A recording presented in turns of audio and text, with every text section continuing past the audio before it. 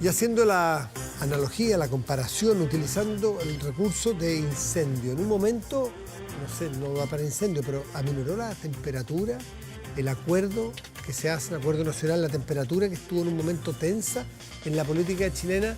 Rodrigo Orellano, Gloria Lafuente, buenas noches, gracias por estar Buenas aquí. noches, ¿cómo estás, Matías? Gloria, no sé si dio para incendio en algún momento, pero se complejizó bastante. sí, había condiciones para que se pudiera incendiar la pradera en un momento. Así es, de hecho llevamos meses nosotros discutiendo sobre la expectativa respecto a este acuerdo. Afortunadamente ocurrió esta semana y ocurrió yo creo de buena manera, ¿no? Con una transversalidad amplia, contundente, donde todos en el fondo tuvieron que ceder finalmente posiciones. Yo creo que eso es una muy buena noticia.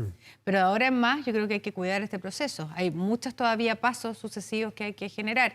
La relación, los expertos y cómo se van a denominar esos expertos, el calendario mismo electoral. Entonces creo que todavía quedan muchas cosas por hacer. Hay que recuperar la confianza en la política. Yo creo que la política esta semana dio una señal de que es posible, si todos cedemos posiciones, estamos pensando en el bien del país, es posible llegar a acuerdos sustantivos. Pero antes, o sea, más allá de las condiciones de detalle que todavía no están todas listas, por lo pronto se está redactando el proyecto para la reforma. Y tiene que pasar por el Congreso. Exactamente. Pero el acuerdo en sí tiene un valor. Sí, absolutamente. Yo creo que reivindica esta necesidad que a ratos habíamos perdido en el país, de que las fuerzas que representan distintas miradas en la política tengan la posibilidad de sentarse, negociar y llegar, en el fondo, a un acuerdo donde todas las partes tienen que ceder. Eso en sí mismo yo creo que es un valor para la democracia y tenemos que entenderlo de esa manera.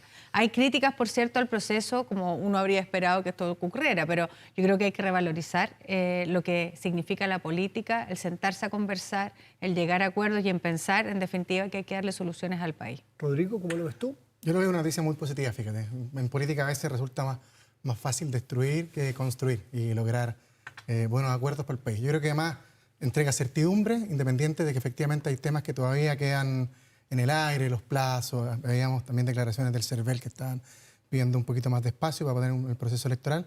Pero creo que le entrega certidumbre en el sentido de que ya la gran mayoría de las fuerzas políticas de alguna forma hicieron parte su palabra empeñada durante la campaña electoral del plebiscito anterior, que decían que teníamos que seguir continuando por una buena y nueva constitución.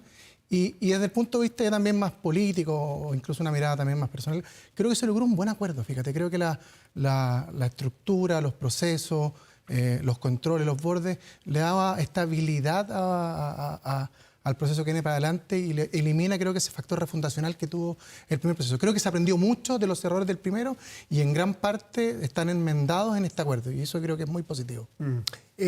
Y la misma pregunta, si el acuerdo en sí tiene valor más allá de los detalles. Yo creo que no, absoluto. Creo que es una muy buena señal para el país que en torno a un tema tan relevante, como dijo Gloria, que desde la UDI hasta incluso parte importante del Partido Comunista y algunas voces están medias disidentes, pero que lograron en torno a principios, valores, echarla a andar con diferencias. Si aquí habían diferencias de dos lados. Y justamente cuando hablamos de que en política resulta más fácil atacar o destruir, aquí logramos de alguna forma un poquito tarde, pero llegar a algún acuerdo. Este es el típico caso que tiene buen lejos, ¿no es cierto? Un acuerdo, la foto, el documento, pero si uno se empieza a acercar estos días, ve hay fisuras, y han aparecido fisuras. En comunas hay fisuras, hay diputados del Partido Comunista que dicen que no les gusta, que no es para salir a celebrar.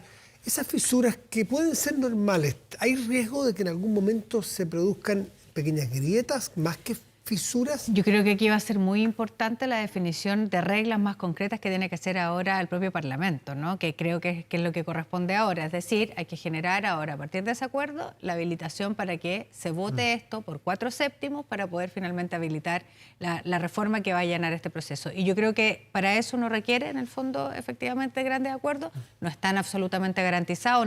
Ahora, uno tendería a pensar que todos honrarán la palabra y, por lo tanto, van a apoyar finalmente en la Cámara de Diputados y en el Senado. Pero creo que hay que definir las reglas. Para eso es importante, en el fondo, la conversación de estos días. Por eso digo, esto es un gran logro, pero son pasos sucesivos también. Hay un montón de cosas que definir que tienen que ver con las candidaturas, en el fondo con el proceso mismo, con estos expertos, el rol que va a tener esa comisión de expertos, etcétera. Yo creo que es importante considerar que estos pasos sucesivos hay que cuidarlos. Y hay que evitar, yo creo, ante todo, también aprendizaje del proceso anterior, la excesiva estridencia. Yo creo que manejar esto con mesura, con tranquilidad, que el gobierno además pueda retomar su agenda en varias de las materias, en el fondo, que están ahí pendientes, constituyente, creo que es una buena noticia para el país. Pero creo que vamos caminando bien y me parece muy adecuado y muy sensato y una buena noticia para pensar además en ir arreglando aquellas cosas que son demanda de la ciudadanía, que exista la posibilidad que grandes sectores, que grandes mayorías se puedan poner de acuerdo en torno a una cosa de estas características. Una de las diferencias con el proceso anterior, que esto es todo lo contrario de la hoja en blanco. Aquí ya tenemos 12 bordes, ustedes lo mencionaron recién, o 12 principios, que son en sí una mini constitución. Podría alguien decir, bueno, de allí uno la amplifica un poco más, la desarrolla un poco más, porque hay principios bien gruesos. Pero además habrá un anteproyecto de estos expertos que tendrá que el Consejo Constituyente tendrá que trabajarlo, ampliarlo, discutirlo. Pero esto de la no hoja en blanco, ¿da una garantía o un avance en acuerdos y en que no haya o estridencia o directamente gente que se arranque con los tarros? Yo creo que te la da, pero además sumemos que hay una serie de elementos que también van a complementar eso. O sea, va a haber un comité que va a fiscalizar que se respeten estos bordes. Los árbitros. Exacto. Van a haber 12 personas que de alguna otra forma van a verificar, van a controlar. Creo que los quórum tienden también a una moderación, que lo que no pasó en la convención número 1, creo que las reglas electorales van a ser distintas. Entonces, efectivamente, que hayan ciertas directrices o principios que están establecidos a priori, va de alguna otra forma también permitir que no exista ese espíritu refundacional que creo que está mal en la primera, porque en la primera existían ciertos bordes, mucho menos de los que tenemos ahora, pero de alguna otra forma este ánimo refundacional que hubo en la primera convención trató de saltárselo y tampoco estaban los controles internos ni externos para de alguna otra forma impedir eso. ¿Los expresidentes le parecen que a ustedes que sería un buen aporte o puede ser riesgoso y es mejor mantenerlo alejado? Si se quiere presentar a uno como candidato, decían que la presentaba Bachelet, que decía que se podría presentar, pero eso es distinto, pues ir a la votación popular es distinto que esté en el grupo de los expertos. ¿Cómo lo ves, Gloria? Sí, yo creo que los expresidentes siempre pueden ser un aporte. Ahora me quedo con lo que decía el presidente Lagos hoy día y lo dijo también el día de ayer. Hay también otras generaciones, otras personas que podrían asumir ese desafío eventualmente. Pero creo que los expresidentes sin duda tienen una labor que cumplir. Mal que mal, si la crítica es respecto a los 30 años, estamos cubriendo con los expresidentes casi todo ese periodo. Y yo creo que desde el aprendizaje, desde lo que significa además valorar el desafío que es gobernar, ¿no? Creo que el aporte sin duda puede ser muy importante, pero si es comité de expertos o otro, habrá que definirlo. Yo creo que para eso, de nuevo, las reglas son súper importantes. ¿Tú cómo lo ves? No, yo creo que es importante la opinión de expresidentes. ¿Los incluirías o te parece que puede ser riesgoso? No, yo valoraría su opinión. No sé en qué rol. Yo los incluiría de todas maneras y los escucharía. En la primera convención, de alguna forma, hubo instancias en que participaron. Los invitaron. Exacto. A regañadientes, pero los invitaron. Por eso te digo que yo creo que en esta nueva instancia hay que darle un rol más protagónico a quienes de alguna forma han dirigido y saben efectivamente cuáles son los grandes problemas que tiene nuestro sistema de gobierno, que es una de las cosas que vamos a tener que discutir de verdad en esta etapa. No sé en qué rol, pero a mí me gustaría que tuviesen una participación más relevante de la que tuvieron en el primer proceso. ¿Hay algo que critiquen que se les haya quedado a ustedes así entre ceja y ceja del acuerdo? Cosas que lo vean como potenciales peligros, problemas, o en general lo ven bien? Yo creo que hasta aquí no. De hecho, me parece al revés. Me parece que las críticas que han venido por distintos sectores y de los sectores extremos de uno probablemente y otro lado son críticas a ratos injustas cuando uno piensa que una democracia que tiene representantes y que sienta además a la mayor parte de esos representantes a discutir sobre reglas, se demoran un tiempo, pero finalmente llegar a un acuerdo que es unánime, me parece que es del todo valorable. Y luego de eso diría, la verdad es que de las cosas que probablemente a uno le puedan preocupar más bien son los pasos sucesivos, ¿no? El calendario es bien ambicioso respecto a la nominación de esos expertos que debieran estar ya trabajando en el mes de enero. En medio además de fiestas que vienen en las próximas semanas. Y además esto tiene que pasar por el Congreso, por la discusión del Congreso que puede demorar un par de días más. Me parece que puede haber más ambición en el calendario, que de todas maneras se puede ajustar, y en las reglas, que yo creo que es la preocupación. No me preocupa respecto ni a los puntos, ni a los 12 puntos que se acordaron, ni a la acuerdo mismo, en el fondo hay alguien que en el fondo me pueda inquietar. ¿Y cómo está la salud del Congreso? Y se los planteo en función del siguiente tema que me gustaría escuchar su opinión y análisis.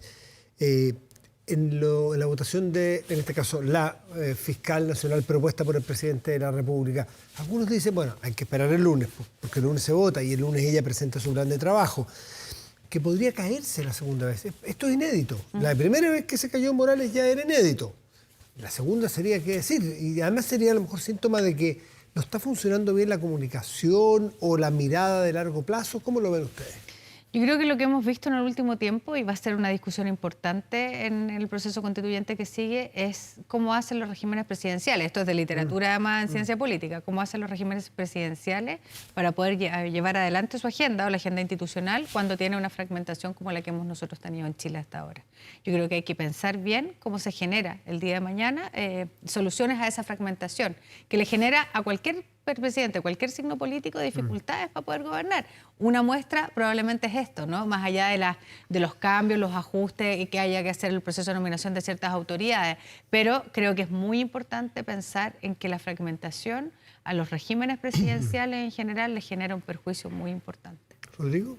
Voy a tomar un puntito de lo anterior y voy a retomar esto. Yo lo único que extrañé en este acuerdo, y probablemente a lo mejor se dé, y espero que sea la discusión más adelante, es cómo volver a involucrar a la sociedad civil dentro del proceso. Una de las cosas que yo encontré valorable en la primera etapa fue las iniciativas ciudadanas, que con cierto número de participación o de firmas podría de alguna forma presentar para que fueran escuchadas por esta convención. Finalmente en el proceso anterior no fueron tan escuchadas, pero hubo iniciativas que fueron bien destacables, con Mi Plata No, que juntaron una gran cantidad de firmas que... La del aborto también. La del aborto, que yo creo que es bien relevante para darle también legitimidad. Yo creo que el plebiscito de salida va a ser muy importante con voto obligatorio para darle una legitimidad al proceso, pero también creo que el ejercicio de escuchar a la sociedad civil, a la ciudadanía, fue un buen ejercicio en la primera. Con respecto a lo segundo, tiene toda la razón Gloria, y una de las cosas que vamos a tener que discutir de manera más profunda en este proceso es cómo compatibilizamos nuestro sistema de gobierno con nuestro sistema electoral y de partidos, que hoy lamentablemente no se comunican. Entonces, ahí me sorprende, más que la nominación, más que un nombre o más que las razones para votar a favor o en contra, entre comillas, no sé si la liviandad, pero el poco trabajo previo que hizo el gobierno en la nominación de la nueva candidata.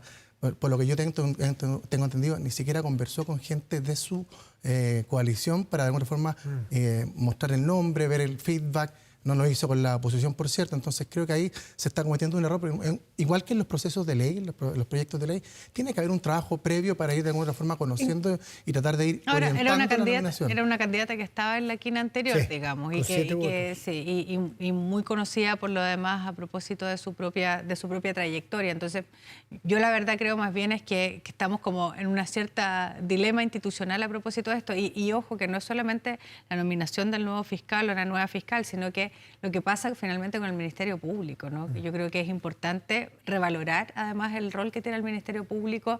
Esto evidentemente, más allá de que puedan seguir trabajando, genera una cierta parálisis, una señal también para las personas que se desempeñan en el Ministerio Público, que es complejo. Ojalá se resuelva pronto, porque creo que es necesario. Por último, siempre se nombra este tema de la fragmentación. ¿Desde cuándo se produjo la fragmentación esta que hoy día aparece como uno de los problemas casi transversalmente nombrados?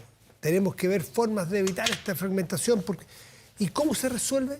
Es materia constitucional, ¿no es cierto? Pero ¿cuándo se produjo? ¿Con qué reforma o en qué momento se produjo esto? ¿Cuál fue el germen? A ver, yo creo que ha habido, confluyen dos fenómenos, yo creo que son importantes. Uno, el debilitamiento de los partidos tradicionales en general, que yo creo que es una cosa a discutir, y es importante que los partidos tradicionales o los partidos que tienen más tiempo en el sistema político puedan retomar una agenda que agregue necesidades de las personas que puedan representar bien. Eso uno. Pero yo creo que el otro, efectivamente, el cambio electoral, que yo creo que tenía un muy buen objetivo, que en el fondo fue buscar mayor y mejor representación. El sistema binominal que se cambió. Claro, exactamente, y que era necesario, creo, porque efectivamente estaba muy concentrado en dos fuerzas políticas, en el fondo, finalmente la discusión política.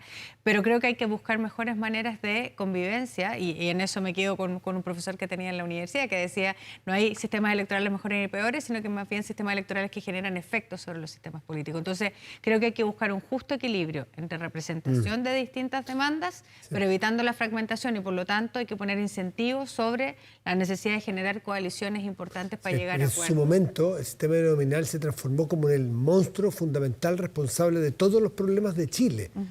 Se hablaba, me acuerdo, de los problemas políticos, lo binominal y después dejó de ser un problema y ahora es un problema de la fragmentación. Entonces, de repente, Por eso creo nos que compramos los por eso problemas muy hay varias fácilmente. cosas y no es solamente sistema electoral, yo hablaría de régimen electoral, que es más amplio, que incluye sistema de partidos, sistema de financiamiento de las campañas, incluye, por supuesto, cuotas de género o paridad, etcétera. Yo creo que hay que mirar el régimen electoral en su conjunto de manera tal de generar incentivos adecuados para que haya acuerdos y ¿Cómo lo ves posibilidad de tú, llenar agenda. Rodrigo? Yo coincido en eso. El año 2010, cuando cambió el voto voluntario, obligatorio voto voluntario, y el 2015, cuando se incorporaron todas estas reformas de la eliminación del binominal al proporcional, la incentivo a la participación femenina, la reducción de requisitos para formar partidos políticos, el financiamiento, etcétera, de alguna otra forma no lograron el objetivo que buscábamos, que era mayor representación, más participación y tratar de alguna otra forma que hubiesen más coaliciones para poder dialogar en el Congreso. Y una reforma que efectivamente yo creo que si bien no es materia constitucional, creo que dada la importancia que ha tenido en su vinculación con el sistema de gobierno y político en Chile, creo que vale la pena discutirla en este proceso, ¿no? Cómo comunicamos nuestro sistema de gobierno presidencial o lo cambiamos, semipresidencial, con el sistema electoral que tenemos hoy en día. Y tiene razón Gloria, hay que hablar de todo el régimen electoral. El más voto complejo. obligatorio, la participación de las mujeres, el financiamiento y los requisitos de los partidos políticos. O sea, los incentivos Hoy en el cuesta sistema muy político está poco puesto tener ahí. un partido político, Matías, muy poco. Se nos fue el tiempo, pero nos quedan otras semanas y muchísimos temas. Rodrigo Orellano, de la Facultad de Gobierno de la Universidad del Desarrollo, y Gloria de la Fuente, de la Escuela de Gobierno de la Universidad Católica. Gracias a los dos por estar aquí, como siempre. Muchas Muy bien. gracias. Muchas gracias.